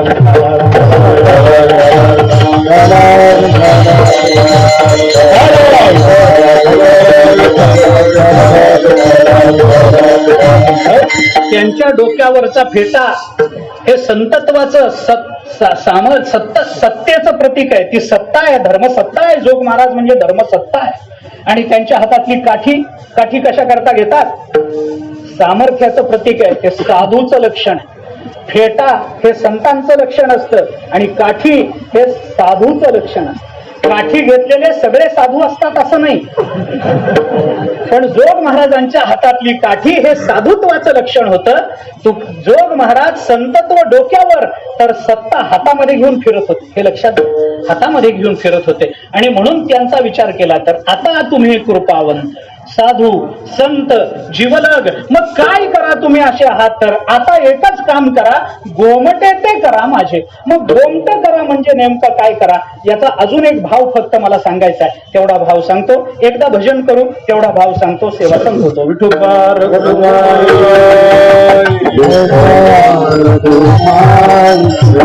आता तुम्ही कृपावंत साधू संत जीवलग, गोमटे ते करा माझे, भार ओझे तुम्हासी. जगद्गुरु संत श्रेष्ठ श्री तुकोबाराय या अभंगामध्ये संतांच्या चरणाजवळ काही मागणं मागतात. ते गोमट म्हणजे नेमकं काय याचा थोडासा शास्त्रीय दृष्टीने आपल्याला विचार करता येतो का, या दृष्टीने थोडासा विचार आपण केला की गाठी सोडल्यानंतरही कशा करता पायाला मिठे, तर गाठी सुटल्यानंतर म्हणजे ज्ञान झाल्यानंतर एकच गोष्ट शिल्लक राहते, ती म्हणजे भगवंतावरचं प्रेम, ज्याला ज्ञानोत्तर प्रेमलक्षणा भक्ती असं म्हणतात, ज्ञानस्वरूप भक्ती असं म्हणतात. काय आपल्याला जे म्हणायचं आहे ते आपण म्हणा, मला त्या तपशिलात आत्ता जायचं नाही, परंतु ती भक्ती शिल्लक राहते, ती आम्हाला मिळावी, याच्यात आम्हाला गोमट वाटतं वगैरे वगैरे, याचा विचार आपल्याला करता येतो.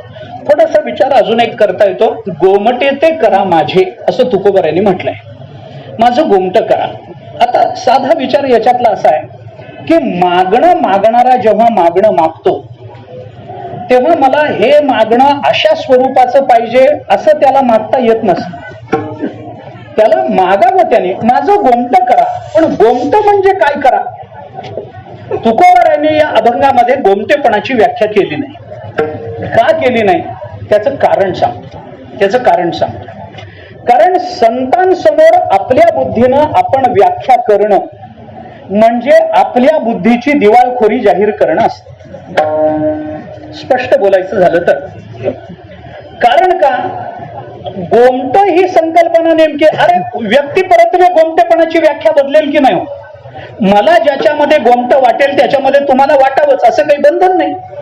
तुम्हाला ज्याच्यामध्ये वाटावं त्याला तिसऱ्या माणसाला वाटावं असं बंधन नाही, मला वाटावं असं बंधन नाही. गोमटेपणाच्या व्याख्या प्रत्येकाच्या व्यक्ती सापेक्षत्वानं, काल सापेक्षत्वानं, देश सापेक्षत्वानं कदाचित बदलत जाते. मग गोमट म्हणजे नेमकं काय, नेमकं सांगा ना. तुकोबाराय सांगणार नाही. का सांगणार नाही त्याचं कारण सांगतो. कारण आम्हाला आमच्या गोमटेपणाच्या ज्या कल्पना करता येतात त्याच्या लाख पटीनं जास्त चांगल्या कल्पना संत महात्मे आमच्या गोमटेपणाच्या करत असतात. आम्ही काय म्हणून त्यांच्याकडे मागाव, संत आम्हाला द्यायला आले ते व्यापक, आम्ही म्हटलं आमचं गोमट करा. आणि जर संतांनी विचारलं गोमट म्हणजे काय रे, आणि आम्ही जर म्हणलं काय नाही हो, गोमट म्हणजे संपत्ती सत्ता, त्याला आम्ही गोमट म्हणतो. अरे ते द्यायला आले होते मोक्ष, ते द्यायला आले होते भक्ती, आणि आम्ही काय मागून बसलो तर सत्ता आणि संपत्ती. हे बुद्धीचं करंटेपण नाही का, बुद्धीचं करंटेपण नाही का. व्याख्या करून जर करंटेपण पदरात पाडून घ्यायचं असेल तर व्याख्या न करता त्यांच्यावर सोपवलेली केव्हाही चांगली शहाणपणाचं लक्षण. ऐका, ध्रुवाने आढळ पद मागितलं, भागवतामध्ये याचा उल्लेख नाही, पण 2 पुराणामध्ये, नरसिंह पुराणामध्ये आणि विष्णू पुराणामध्ये याचा उल्लेख आहे की कालांतराने ध्रुवाला याचं वाईट वाटलं की आपण काय वेड्यासारखं मागून बसलोय. अरे त्रैलोक्याचा अधिपती आपल्या समोर उभा होता, त्याला ज्ञान मागायला पाहिजे होतं, त्याला भक्ती मागायला पाहिजे होती, आणि आम्ही काय मागून बसलो तर आढळपण. याचं वाईट ध्रुवाला वाटलं, नंतर वाटलं, त्यावेळेला वाटलं नाही, त्यावेळेला चांगलं वाटलं. हा आपण मागितलं, फार विचारपूर्वक मी आधी विचार करून ठेवला, पण आम्ही जेवढा विचार करत असतो, म्हणून म्हटलं की आमच्या कल्याणाच्या आम्ही ज्या कल्पना करतो त्याच्यापेक्षा कोट्यावधी पटीनं अधिक चांगल्या कल्पना संतांजवळ असतात. आम्ही कशाला गोमट म्हणतो, अरे आमच्या मर्यादित बुद्धीनं आमच्या ज्या व्याख्या प्रकट होतात त्यालाच आम्ही गोमट म्हणू. पण बुद्धीची व्यापकता, विचाराची व्यापकता, कल्याणाच्या व्यापकतेचा खरा अर्थ ज्या संतांना कळालेला असतो त्यांच्या समोर गोमटेपणाच्या व्याख्या आपण करायच्या नसतात. कारण आपण व्याख्या करणं म्हणजे संकुचितपण पदरात पाडून घेणं. म्हणून ज्ञानोबारांनी सद्गुरूंबद्दल बोलताना एक फार चांगला शब्द वापरला, जय जय देव श्री गुरु. अकल्पनाख्य कल्पतरू स्वसंविद्रुम बीज प्ररोहणावनी 18व्या अध्याय. जय जय देव श्री गुरु. अकल्पनाख्य कल्पतरू या संताचे हे देणे, कल्पतरुहुनी जुने, परिस अगाध जेणे, चिंतामणी ठेंगणा. आणि आम्ही चिंतामणी मागतो, आम्ही कल्पतरू मागतो, आम्ही सामान्य कल्पना करत असतो. काय उपयोग आहे त्याचा? याच्याकरता तुकोबराय म्हणतात गोमट करा. अहो पण गोमट म्हणजे काय ते मी सांगणार नाही, तुम्ही माझ्या बाबतीत जे कराल ते माझं गोमट. ज्ञानोबारायांनी विचारलं गोमट म्हणजे काय, सांगू नये. ज्ञानोबारायांना एवढंच सांगावं, तुम्ही आमच्या बाबतीत जे कराल ते आमचं गोमट आहे. गोमट म्हणजे काय आम्हाला माहिती नाही, आम्हाला माहित नाही. कारण आम्ही आमच्या बुद्धीनं ज्या परिच्छिन्न व्याख्या करत असतो त्याच्यातून आमच्या पदरात परिच्छिन्न प्रपंचाशिवाय दुसरं काही पडणार नसेल तर गोमटेपणाच्या व्याख्या करून संकुचितपण पदरात पाडून घेण्यापेक्षा गोमटेपणाच्या व्याख्येची जबाबदारी संतांवर टाकून व्यापकत्व प्राप्त करून घेणं, याच्यातच आमच्या पारमार्थिक जीवनाची धन्यता आहे. म्हणून तुकोबराय गोमटेपणाची व्याख्या करत नाही, एवढंच म्हणतात गोमटे ते करा माझे. एक छोटासा दृष्टांत सांगून थांबतो. साधा दृष्टांत आहे, परिचित असेल कदाचित आपल्याला, पण या आत्ताच्या माझ्या विवरणाला थोडासा त्याचा आधार पुष्टी मिळेल म्हणून बोल.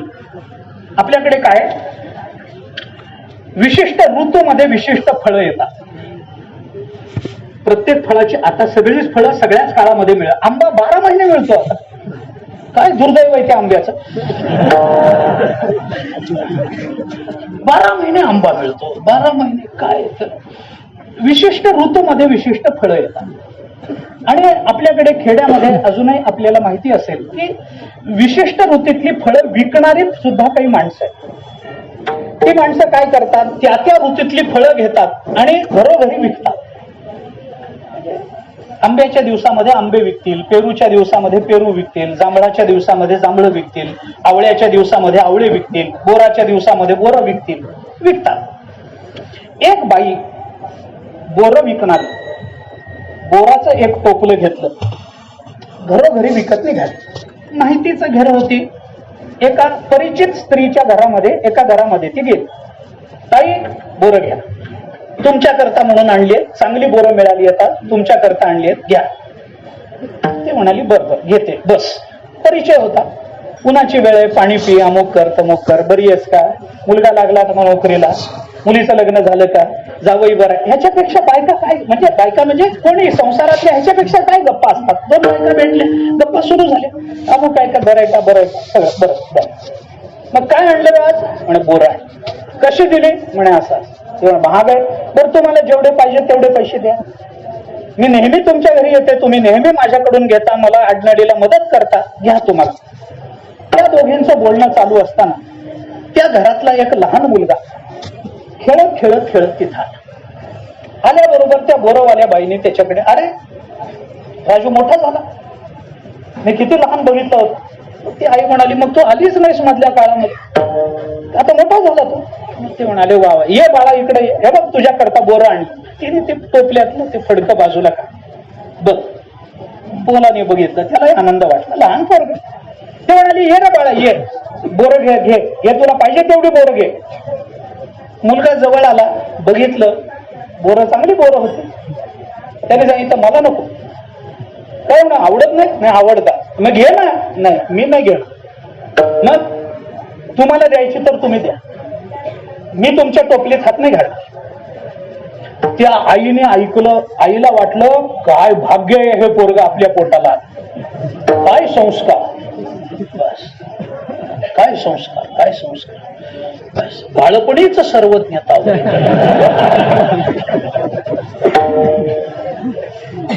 ती आई पण म्हणाली अरे घे ना, ती मावशी म्हणते ना बोरं घे म्हणून, घे तुला पाहिजे तेवढी घे. तर म्हणलं नको आई, मी नाही हात घालणार, तिला पाहिजे तर देऊ दे, मी नाही हात घालणार. ती बाई म्हणाली बरं ये मी देतो. तिने मुठभर बोरं त्याच्या हातात, पैसे बिसे घेतले. गेल्यानंतर त्या आईला कौतुक लेकराचं, बाळा काय शहाणा आहेस रे, तिने घे म्हटल्यावर घेतलं नाही, तिने दिल्यावरच तू घेतले, किती शहाणा, किती चांगले संस्कार झाले तुझ्यावर. असं कुणाच्याही टोपल्यामध्ये हात घालू नये.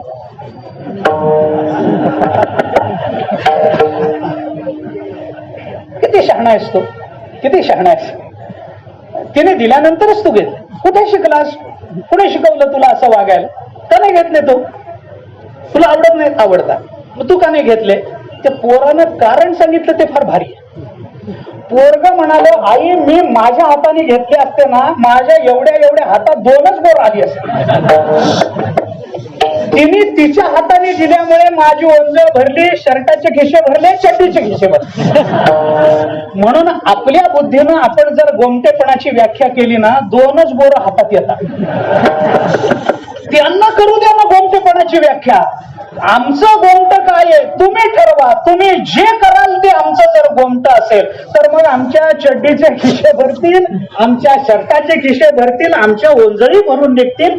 इतकं संत महात्मे आपल्याला देतात. म्हणून तुकोबाराय म्हणतात, आम्ही ठरवणार नाही गोमट म्हणजे काय, तुम्ही ठरवा. आणि आमचं मागणं एवढंच आहे की आमचं गोमट करा. हे गोमट जर आमचं तुम्ही केलं तरच आमच्या जीवनाची धन्यता आहे. आणि हे गोमट तुम्ही आमचं करावं याच्याकरता आम्ही भार ओझ तुम्हाला घातलंय. प्रामाणिकपणानं तुमच्याकडे आम्ही राहिलोय. आमच्या जीवनातली अविद्या निवृत्ती झाली तरी आम्ही तुमच्या पायाला मिठी घातलेली आहे. तुम्ही कृपावंत आहात, साधू आहात, संत आहात, जीवलग आहात. आमचं दुसरं काहीच मागणं नाही. आता गोमटे ते करा, आता माझं फक्त गोमट करा असं तुकोबाराय म्हणतात. या आताचा संदर्भ मागचे 2.5 चरण घ्यायचे. आता गोमट करा म्हणजे कधी? तुका म्हणे सोडिल्या गाठी दिली मिठी पायासी, आता गोमटे करा. वंचिले ते पायापासी नाही यासी वेगळे, आता गोमटे करा. भार ओझे तुम्हासी घातले, आता गोमटे ते करा. कारण तुम्ही कृपावंत साधू संत जीवलग आहात हे तुकोबाराय बोलून दाखवतात.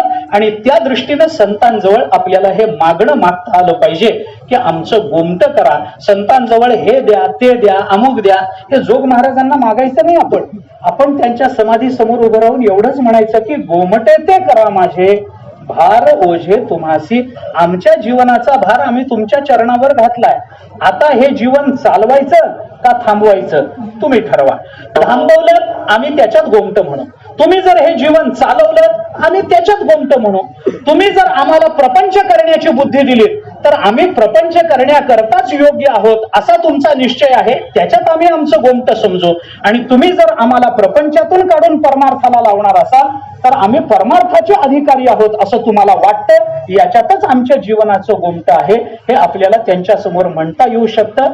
आपल्याला काय वाटतं याच्यापेक्षा संतांना आपल्या बाबतीत काय वाटतं हे लक्षात घेणं हे जास्त चांगलं असतं. आणि ते लक्षात घेऊन आपल्या जीवनाची वाटचाल करणं, त्या दृष्टीनं त्यांच्या जवळ जाणं आणि त्या दृष्टीनं त्यांच्या समोर समर्पित होऊन प्रामाणिकपणानं त्यांच्या पायाला मिठी घालून आपल्या अंतःकरणातल्या सगळ्या गाठी सोडवून त्यांना फक्त एवढीच प्रार्थना करायची की आता गोमटे ते करा माझे, आम्हाला दुसरं काही नको. तसंच जोग महाराजांजवळ, ज्ञानोबाराय तुकोबारायांजवळ मागण्याची सद्बुद्धी आणि सामर्थ्य तुम्हाला आम्हाला प्राप्त व्हावं याच्याकरता संतांच्या, साधूंच्या, परमात्म्याच्या, सद्गुरूच्या, जोग महाराजांच्या चरणी आपण मागणं मागू. आणि झालेली ही सेवा माऊलींच्या, तुकोबारायांच्या, जोग महाराजांच्या चरणी समर्पित करू. वाणीला विराम देऊ. ज्ञानेश्वर माऊली.